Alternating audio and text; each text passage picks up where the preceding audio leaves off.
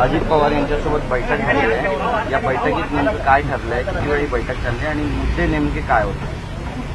माझी बरेच दिवसामध्ये दादांची भेट मधल्या गणेशोत्सवाच्या काळामध्ये झालेली नव्हती। त्याच्यामुळे अनेक विषयावरती चर्चा होती।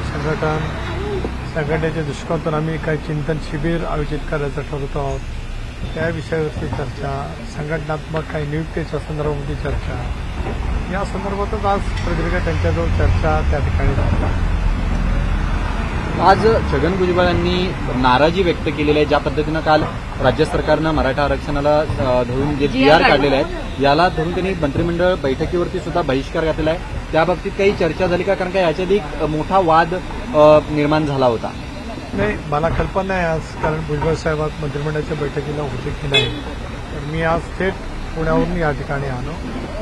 खरं आहे की काल मराठा समाजाच्या आरक्षणाच्या संदर्भामध्ये राज्य सरकारने काय आदेश त्या ठिकाणी निर्गमित केलेले आहे। एक भूमिका वारंवार स्पष्ट राहिली राष्ट्रवादी काँग्रेस पक्षाची सुद्धा, की मराठा समाजाला आरक्षण मिळालं पाहिजे, परंतु ओबीसीच्या आरक्षणाला धक्का न लागता।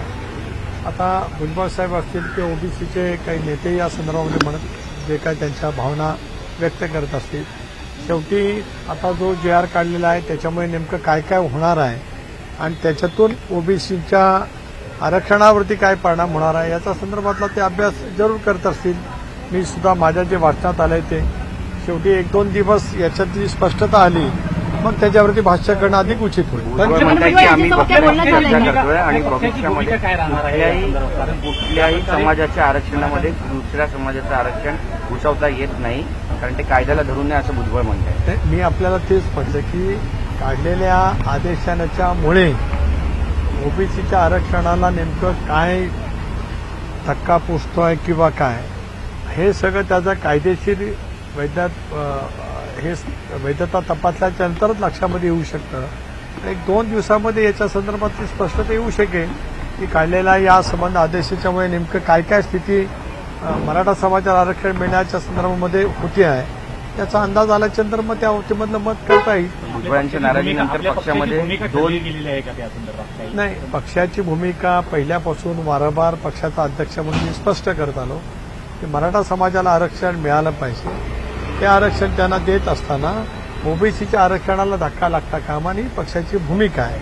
आता काल जे आदेश काढलेले त्या आदेशाच्यामुळे नेमकं काय काय कायदेशीरदृष्ट्या नेमकं होतं आहे याचा अभ्यास केल्याच्या नंतर या बाबतीमध्ये बोलता येईल। पण ज्या पद्धतीनं हे सगळे नाराजी नाट्य सुरू आहे छगन भुजबळ यांचं, याआधी सुद्धा तुमच्याच पक्षातले काही आमदार, अनेक नेते हे मनोज जरांगे पाटील यांच्या व्यासपीठावरती उपोषणादरम्यान दिसून आले। त्यामुळे पक्षातच कुठे मराठा विरुद्ध ओबीसी असं नेत्यांमध्ये एक दुफळी होऊ शकते असं वाटतंय का तुम्हाला? नाही, मला बिलकुल वाटत नाही। पक्ष एकच संघ आहे। शेवटी प्रत्येक सहकार्याला मंत्री असतील, विधानसभा सदस्य असतील, जे काही मतं असतात त्या पद्धतीने ते मत त्या ठिकाणी व्यक्त होत असतं। परंतु पक्षपातीवरती ज्यावेळेला आम्ही बसू त्यावेळेला या संदर्भातली चर्चा नक्की त्या ठिकाणी आम्ही करू। पक्षामध्ये या विषयावरती मतभेद असण्याचं काही कारण नाही, कारण पक्षाची ही भूमिका आहे की मराठा समाजाला आरक्षण मिळालं पाहिजे, ओबीसीच्या आरक्षणाला धक्का न लागता। आता मी वारंवार मगाचपासून हेच आपल्याजवळ स्पष्ट करतो आहे की काल काढलेल्या आदेशाच्यामुळे नेमका काय इम्पॅक्ट होतो आहे त्याचा अभ्यास करण्यासाठी काय कालावधी जाऊ शकेल, तो झाल्याच्या नंतर त्या संदर्भातली भूमिका मी पक्षाचा अध्यक्ष म्हणून जरूर मांडेन।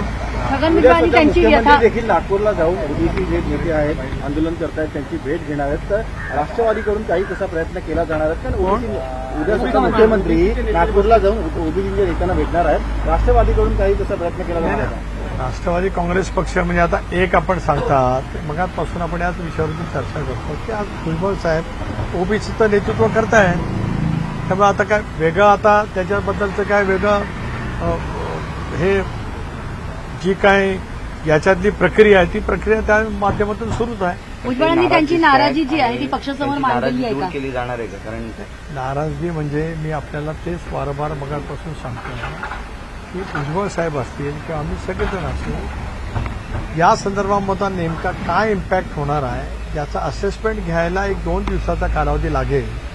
तो झाल्यानंतर पक्षाचा अध्यक्ष म्हणून पक्षाची भूमिका मी निश्चितपणाने मांडेन। मी मगाचपासून या विषयावरती तेच बोलत आलो। धन्यवाद।